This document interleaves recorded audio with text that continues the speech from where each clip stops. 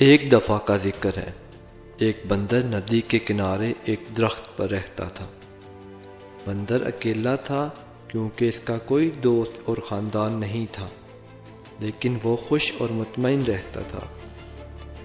جس درخت پر بندر رہتا تھا وہ درخت اسے کھانے کے لیے میٹھے جامن اور دھوپ سے بچنے کے لیے سایہ دیا کرتا تھا۔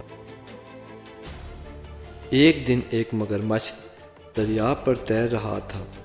وہ بندر کے درخت کے نیچے آرام کرنے کے لیے کنارے پر چڑھ گیا۔ بندر نے اس سے بولا، ہیلو۔ مگرمچھ نے جواب دیا، ہائے، کیا تم جانتے ہو کہ مجھے کھانا کہاں سے مل سکتا ہے اے بندر؟ میں نے سارا دن کچھ نہیں کھایا، میں بہت بھوکا پیاسا ہوں۔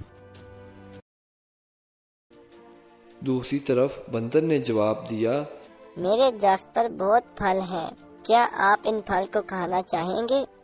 بندر نے کچھ جامن مگرمچھ کی طرف پھینکے۔ مگرمچھ اتنا بھوکا تھا کہ اس نے تمام جامن کھا لیے۔ حالانکہ مگرمچھ عام طور پر پھل نہیں کھاتے تھے، اسے میٹھا میٹھا پھل بہت پسند تھا اور گلابی گودے نے اس کی زبان کو جامنی بنا دیا۔ جب مگرمچھ اپنی مرضی کے مطابق کھا چکا تو بندر نے کہا، جب بھی آپ مزید پھل کھانا چاہیں تو واپس آ جانا میرے پاس۔ جلد ہی مگرمچھ ہر روز بندر کے پاس آتا تھا۔ دونوں جانور اچھے دوست بن گئے۔ وہ باتیں کرتے، ایک دوسرے کو کہانیاں سناتے اور بہت سے میٹھے جامن کھایا کرتے ایک ساتھ بیٹھ کر۔ ایک دن مگرمچھ نے بندر کو اپنی بیوی اور خاندان کے بارے میں بتا دیا۔ بندر نے کہا، آج واپس جاتے وقت اپنی بیوی کے لیے بھی کچھ پھل لے جانا۔ مگرمچھ کی بیوی کو جامن بہت پسند آئے۔ اس نے پہلے کبھی اتنی میٹھی چیز نہیں کھائی تھی، لیکن وہ اپنے شوہر کی طرح مہربان اور نرم مزاج بالکل بھی نہیں تھی، وہ کمینی تھی۔ اس نے اپنے شوہر سے کہا، تصور کیجئے کہ بندر جب یہ جامن روزانہ کھاتا ہے تو اس کا ذائقہ کتنا میٹھا ہوگا۔ مہربان مگرمچھ نے اپنی بیوی کو سمجھانے کی کوشش کی کہ وہ بندر کو نہیں کھا سکتا، وہ میرا سب سے اچھا دوست ہے۔ لیکن مگرمچھ کی بیوی بہت ہی لالچی تھی، وہ ایک بھی نہ سنتی اپنے شوہر کی۔ ایک دن مگرمچھ کی بیوی نے ایک کہانی بنا دی۔ اس نے کہا کہ میں بہت زیادہ بیمار ہوں، میں مر رہی ہوں اور صرف ایک پیارے بندر کا دل ہی مجھے ٹھیک کر سکتا ہے۔ اس نے اپنے شوہر سے کہا، اے مگرمچھ، اگر واقعی ہی تم مجھ سے محبت کرتے ہو تو اپنے دوست بندر کو پکڑو اور مجھے اس کا دل لا کر دو۔ بیچارے مگرمچھ کو سمجھ نہیں آ رہی تھی کہ وہ کیا کرے۔ وہ اپنے دوست کو مارنا نہیں چاہتا تھا، لیکن وہ اپنی بیوی کو مرنے بھی نہیں دے سکتا تھا۔ آخر کار اس نے فیصلہ کیا کہ اسے کیا کرنا چاہیے۔ اگلی بار جب وہ بندر کے پاس گیا تو اس نے اس سے کہا کہ وہ اس کی بیوی سے ملنے آئے، کیونکہ وہ جامن کے خوبصورت پھل کھانے کے لیے ذاتی طور پر آپ کا شکر ادا کرنا چاہتی ہے۔ بندر خوش ہوا، لیکن کہا کہ وہ نہیں جا سکتا کیونکہ وہ تیرنا نہیں جانتا۔ مگرمچھ نے اس سے کہا کہ تم بالکل بھی فکر مت کرو، میں تمہیں اپنی پیٹھ پر لے جاؤں گا۔ بندر راضی ہو گیا۔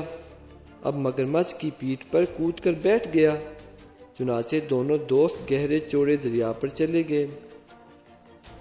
جب وہ دونوں کنارے سے دور پہنچ گئے اور جامن کا درخت بہت پیچھے چھوڑ آئے، تب مگرمچھ نے کہا، مجھے بہت افسوس ہے، لیکن میری بیوی بہت بیمار ہے اور کہتی ہے کہ بندر کا دل اس کا علاج ہے۔ مجھے ڈر ہے کہ مجھے تمہیں مارنا پڑے گا، حالانکہ میں ہماری باتوں کو بہت یاد کروں گا۔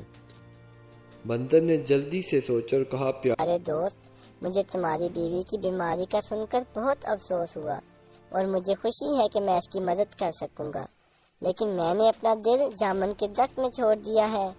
کیا آپ کو لگتا ہے کہ ہم واپس جا سکتے ہیں تاکہ میں اس کو لا سکوں؟ مگرمچھ نے بندر کی بات مان لی۔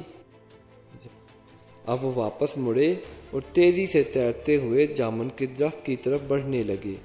جب درخت قریب آیا تو بندر نے چھلانگ لگائی اور سیدھا درخت کے اوپر چڑھ گیا۔ بندر نے کہا میں سمجھا کہ تم تو میرے دوست ہو، کیا تم یہ نہیں جانتے کہ ہم اپنا دل اپنے جسم کے اندر ہی رکھتے ہیں؟ میں پھر کبھی تم پر بھروسہ نہیں کروں گا اور نہ ہی تمہیں اپنے درخت کا پھل دوں گا، چلے جاؤ، واپس کبھی نہ آنا۔ مگرمچھ کو یہ سن کر بہت ہی دکھ ہوا اور بہت ہی افسوس ہوا۔ اس نے اپنے دوست کو کھو دیا اور میٹھے میٹھے پھل جو اس کو ایک بندر کھلاتا تھا اس کو بھی کھو دیا۔